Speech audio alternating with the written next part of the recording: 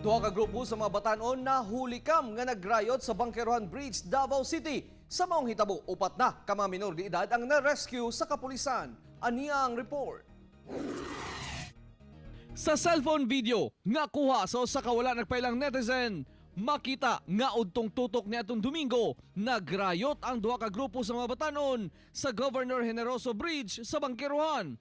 Sa maong hitabo, natanggong ang dagan sa trapiko. Nagnilabayay og bato og nagginukdanay pa. Human sa kagubot, iyahay og atras sa mga batanon. Ang usa daw nang hagit pa nga nagsayo-sayaw tuha sa dalan. Nato yung mga batanon, nadakpan man nato to, na-rescue na to, na-identify na to tanan. Nagsumbagay diya sa gawa sa may sandawa, nagnabayag bato, kadali. Tapos pag-abot sa tong pulis, nagdinaganay. Sa rescue operation nga gibuhat sa kapulisan, uban ang CSSDO na rescue ang mga batanon nga nalambigit sa riot. Pero good thing lang kaya ang atong intel og dali-dali tagpaluap, nadakpan gyapon na to. Aron dili na mausab ang hitabo, plano karon sa Talomo Police nga pakusgan ang pagbantay sa area og dungagan pa ang ilang personahe sa lugar.